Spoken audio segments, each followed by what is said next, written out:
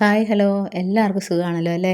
ഇന്ന് വിനിച്ചേട്ടൻ വൈകിട്ട് വന്നപ്പോഴത്തേന് ഷമാമും തണ്ണിമത്തനും മേടിച്ചുകൊണ്ട് വന്നേ. ഷമാം നമ്മൾ ആദ്യമായിട്ടാട്ടോ മേടിച്ച് ഉപയോഗിച്ച് നോക്കുന്നത്. ഇവിടെ ആർക്കും ഇഷ്ടപ്പെട്ടില്ലേ, ഇതിൻ്റെ സ്മെല്ലും ഇഷ്ടപ്പെട്ടില്ല, ഇതിൻ്റെ ടേസ്റ്റും ഇഷ്ടപ്പെടാത്തതുകൊണ്ട് അതങ്ങ് മാറ്റി വെച്ചു കേട്ടോ. നമ്മുടെ കറണ്ട് പോയേ, കറണ്ട് പോയപ്പോൾ അപ്പു വന്ന് നമുക്ക് ബാറ്ററിയുടെ ലൈറ്റ് വർക്ക് ചെയ്യുന്നുണ്ട് കേട്ടോ. അതിൻ്റെ വീഡിയോ ഗോവിന്ദ ഗ്ലോസിൽ ഇട്ടിട്ടുണ്ട്, അതെങ്ങനെയാണ് ബാറ്ററി ആയിട്ട് വർക്ക് ചെയ്യുന്നതെന്നൊക്കെ.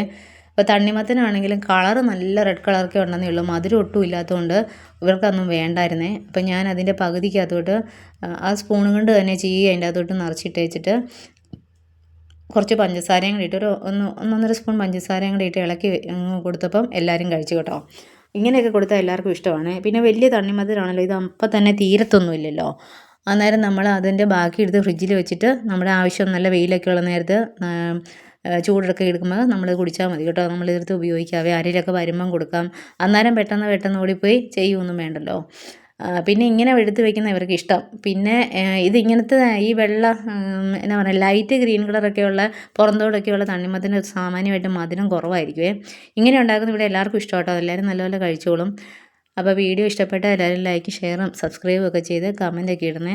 കമൻ്റ് എന്ന് പറഞ്ഞാൽ നമ്മുടെ ഈ വീഡിയോയെ സംബന്ധിക്കുന്ന കമൻറ്റൊക്കെ ആട്ടോ ഇടാവുള്ളത്.